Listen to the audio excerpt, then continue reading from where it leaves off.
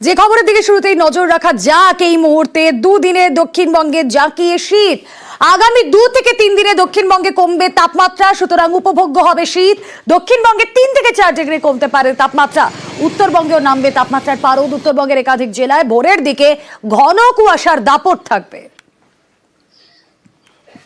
বৃষ্টিপাতের পশ্চিমবঙ্গের কোনো জেলাতেই কোথাও কোনো হওয়ার সম্ভাবনা নেই আগামী 7 দিনে। আগামী 2-3 দিনে পারদ পতনের যথেষ্টই সম্ভাবনা আছে। উত্তরবঙ্গ দক্ষিণবঙ্গ দু জায়গাতেই 2 to 4 ডিগ্রি আপনার টেম্পারেচার ফল করার সম্ভাবনা আছে। তারপর ওটা স্টেডি হয়ে যায়, তারপর আর কোনো বড়সড় পরিবর্তনের সম্ভাবনা নেই। আর সাদা চাদরে মোড়া এই মুহূর্তে নর্থ সিকিম, বরফ আর বরফ যেদিকে দু চোখ যায়। পর্যটকদের আনন্দ 4 গুণ। 1 ডিসেম্বর থেকে খুলেছে নর্থ সিকিমের দরজা। ইউমথাং, লাচেন, লাচুং, বরফের দেশ যেন। তাপমাত্রা একেবারে মাইনাসে।